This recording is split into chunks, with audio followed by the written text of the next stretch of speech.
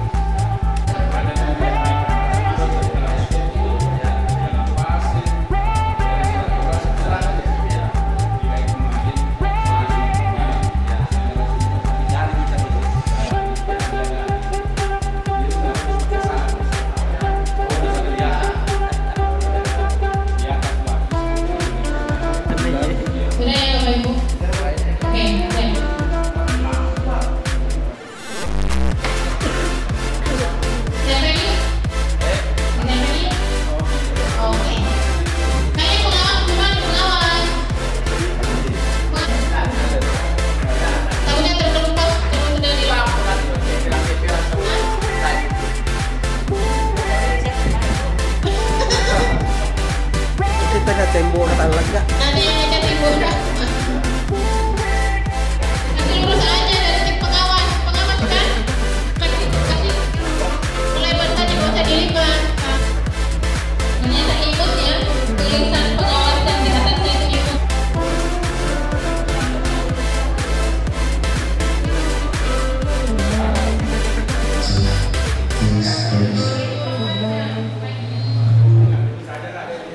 Perwakilan pengawas, perwakilan guru nanti yang mempresentasikan ya.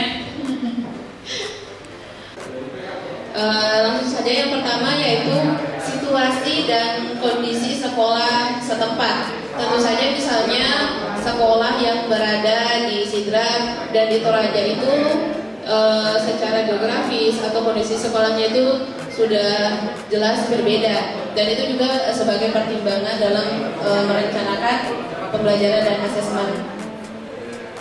Kemudian yang kedua yaitu karakter atau bakat atau minat dari peserta didik. Jadi saya pernah mendengar bahwa misalnya ada 30 anak dalam satu kelas, maka ada 30 karakter yang ada di dalam kelas. Makanya itu juga sebagai pertimbangan untuk merencanakan pembelajaran ataupun asesmen itu sendiri. Yang ketiga yaitu tentu saja alokasi waktu dalam menentukan pertimbangan dan dalam merencanakan pembelajaran dan asesmen. Yang keempat yaitu materi esensial bahan ajar.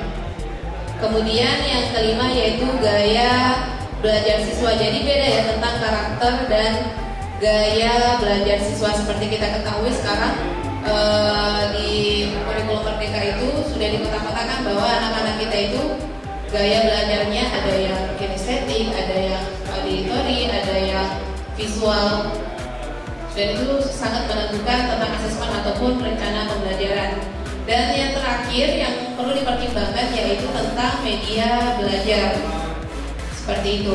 Kemudian apa sih kendalanya dalam merencanakan pembelajaran dan asesmen? Dari pertimbangan ini, 6 pertimbangan ini kita merangkum ada 3 kendala yang biasanya dialami oleh guru. Yang pertama yaitu kurangnya sarana dan prasarana. Dari dahulu kala masalah kita itu terus sarana dan prasarananya. Jadi misalnya tentang situasi atau kondisi sekolahnya, kemudian dari media belajarnya seperti itu, kurangnya media belajar itu juga termasuk kepada sarana dan prasarana. Yang kedua yaitu tentang kurangnya minat belajar siswa. Seperti kita alami sekarang setelah COVID-19, minat belajar siswa itu kalau bisa kita lihat turun drastis Bapak Ibu. Mereka lebih senang dengan gadget. Mau tidak mau kita juga harus mengarah ke sana. Yang penting anak-anak itu bisa belajar dengan efektif. Kemudian yang terakhir yaitu kurangnya sumber daya manusianya atau SDM-nya.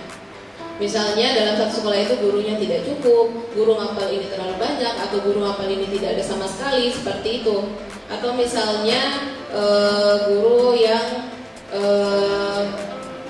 terlalu gaptek. Saya tidak mau bilang yang gaptek karena sampai sekarang pun kita masih harus banyak belajar. Tapi yang terlalu, ya misalnya betul-betul tidak bisa mengoperasikan HP, gadget, dan laptop seperti itu. Ya, mungkin kepanjangan Bapak Ibu ya. Jadi kurang lebih seperti itu unek-unek dari guru selama ini tentang pertimbangan dan kendala tentang merencanakan pembelajaran dan asesmen. Sekian dari saya, kurang lebihnya mohon dimaafkan. Latar belakang muridnya dari mana? Contoh kami dari Sidrap SMP 3, murid kami itu ada dua. Ada yang Muslim, ada orang Hindu Tolotan. Jadi kami tidak boleh homogen, tapi kami harus mempertimbangkan orang Tolotan terhadap kegiatan-kegiatan pembelajaran. Yang kedua, bakatnya.